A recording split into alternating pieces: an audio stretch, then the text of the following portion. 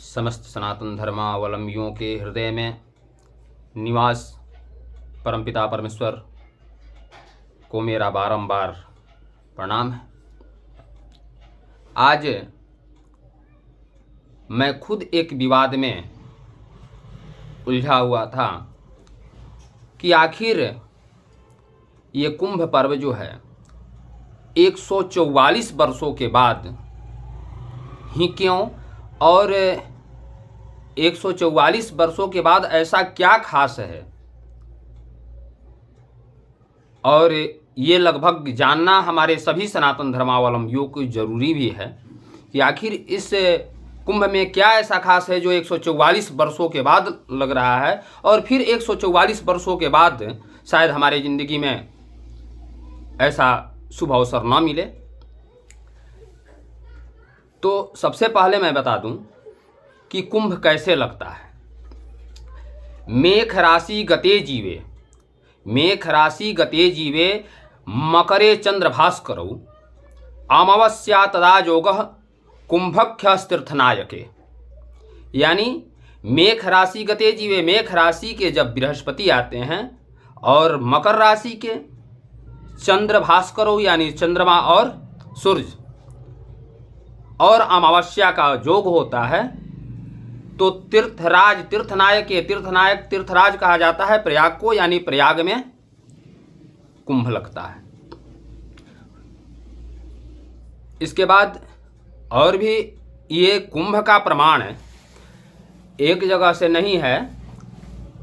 हमारे स्कंद पुराण, श्रीमद् भागवत महापुराण, शिव महापुराण, अथर्ववेद, ऋग्वेद इत्यादि सभी ग्रंथों में इसका वर्णन है। यानी आदि काल से ये कुंभ का पर्व हम मनाते आ रहे हैं, लेकिन इसके आद्य प्रवर्तक जो इस कली काल में इसका विस्तार और प्रचार प्रसार किए, वो आद्य प्रवर्तक आदि गुरु शंकराचार्य जी हैं, जिनके समय से इसका विस्तार और प्रचार प्रसार हुआ। ऐसे स्कंद पुराण में इसका वर्णन है कि एवं विवदमानेषु काश्यपेषु सुधाग्रहे भगवान मोहित्वा तान् मोहिन्या विभजत सुधाम विवादे काश्यपेयानां तत्र यत्रा वनस्थिले कलशो न्यपत तत्र कुंभ पर्व तदोच्यते। यानी जब समुद्र मंथन हुआ उस समय मोहिनी का रूप धारण कर भगवान परमपिता परमेश्वर नारायण हरि जब सुधा का वितरण कर रहे थे, उस समय उस विवाद से जो कलश से बूंदे सुधा का अमृत का गिरा, उससे कुंभ पर्व चालू हुआ। क्योंकि स्कंद पुराण का राह्य स्कंद पुराण का श्लोक है। अब ये 12 साल पर क्यों लगता है? ये तो ठीक है कि मेष राशि गते जीवे मकर चंद्रभास्करौ, लेकिन ये 12 साल पर योग आता है, क्योंकि स्कंद पुराण में इसका भी उल्लेख किया गया है।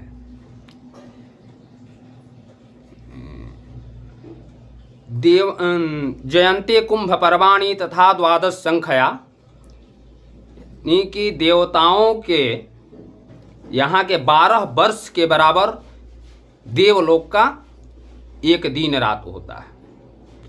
और ये 8 जगह ये गिरा, 8 4 12 जगह जो है ये गिरा था।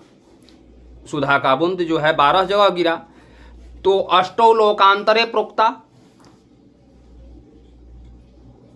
8 बार देवलोक में मनाया जाता है और 4 बार यहाँ मनाया जाता है।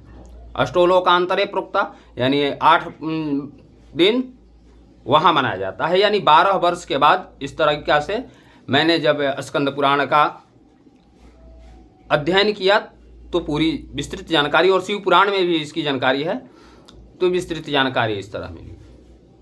अब रह गया कि 144 वर्ष बाद क्या है। मैंने इस पर बहुत खोज किया। अंत में एक वीडियो मुझे मिला, वो सुधांशु जी शायद है, वो न्यूज़ पर बता रहे हैं कि 12 कुंभ एक तो कुंभ 12 वर्ष पर लगा, और 12 कुंभ अगर लग गया तो वो महाकुंभ कहा जाता है। अब यह हमारे दिमाग में ये समझ में नहीं आया कि ये 12 कुंभ कब से जोड़ रहे हैं। उन्होंने कहा कि 1881 में कुंभ लगा, और 1881 के ठीक 44 वर्ष बाद 12 कुंभ लगा, यानी कि 2025 में तो ये महाकुंभ हुआ। लेकिन हमको ये समझ में नहीं आ रहा है कि 1881 में ही नहीं लगा, 1881 के पहले 1869 में भी कुंभ लगा और पूर्ण कुंभ लगा। तो 1869 के बाद 144 वर्ष बाद पुनः कुंभ आया, 144 वर्ष बाद, यानी 12 कुंभ उस समय भी लगे जब 2013 में कुंभ हुआ। यानी कि 1869 से 144 वर्ष बाद 12 कुंभ तो निश्चित लगा, और 2013 में तो भी महाकुंभ कहलाना चाहिए। और 81 के बाद 1893 में भी कुंभ लगा। तो 1893 से 144 वर्ष बाद, यानी उसके बाद भी 12 कुंभ लगेगा। तो 2037 में पुनः कुंभ लगेगा, तो 2037 में भी महाकुंभ होना चाहिए, क्योंकि वो भी 12 कुंभों के बाद लग रहा है। 1857 में कुंभ लगा, उसके ठीक 144 वर्ष बाद कुंभ लगा 2001 में प्रयाग में, तो भी महाकुंभ होना चाहिए, क्योंकि 1857 से और 2001 के बीच की दूरी 144 वर्ष है, और उस बीच में भी 12 कुंभ लगे। तो इस तरह का प्रोपगंडा हमारे कुछ राजनीतिक दलों द्वारा उड़ाया जा रहा है। ये धर्म का विषय है, ये धर्म का विषय है। इसका निर्णय धर्माचार्यों के द्वारा होना चाहिए, पुरोहितों के द्वारा होनी चाहिए, विद्वानों के द्वारा होना चाहिए, जो वेद का अध्ययन किए हों, जो उपनिषदों का अध्ययन किए हों, जो श्रुतियों का अध्ययन किए हों, स्मृतियों का अध्ययन किए हों। इसका निर्णय उनके द्वारा होना चाहिए, न कि राजनेताओं के द्वारा होनी चाहिए। और हमारे सनातन धर्मावलंबी आज राजनेताओं की अंधभक्ति में वो जो कह दिए उनके पीछे दौड़ना चालू करते हैं। आज हर चीज का निर्णय हमारे राजनेता करने लगे, जो धर्म का विषय है। इसीलिए धर्माचार्य बनाए गए, हमारे सनातन के 4 पीठ बनाए गए, जगत गुरु इत्यादि बनाए गए, मुहूर्त, व्रत, पर्व, कुंभ पर्व हो या कोई पर्व हो, उसका निर्णय करने के लिए।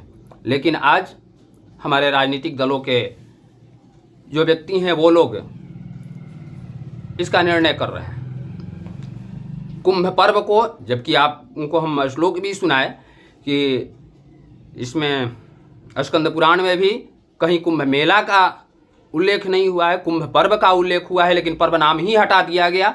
किसी विज्ञापन में मैंने कुंभ पर्व नहीं देखा, कुंभ मेला देखा, जो विषय धर्माचार्यों का है।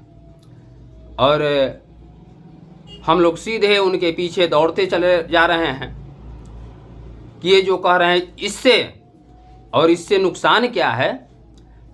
तो हमारे ग्रंथों पर, हमारे वेदों पर, हमारे पुराणों पर कल से उंगलियां उठना चालू होगी। और इसका यानी वेदों का, पुराणों का, स्मृतियों का अगर हम निरादर करते हैं तो उसका परिणाम तो प्राकृत हमें दंड के रूप में देगी। और इस तरह की जो कुंभ में आज घटना हुआ, इसको भुगतने के लिए हम सनातनियों को तैयार रहना पड़ेगा। तो समस्त सनातन धर्मावलंबियों से मेरा करबद्ध प्रार्थना है कि इन सारे आडंबरों में न पड़ें और अपने आप को सुरक्षित रखें, धर्म के मार्ग पर चलें, धर्माचार्यों के निर्देशानुसार चलें, धर्मज्ञों के निर्देशानुसार चलें, पुरोहितों के निर्देशानुसार चलें, जो वेद वेदांग को जानने वाले हैं उनके निर्देशानुसार चलें। जय सिया राम, जय भोले।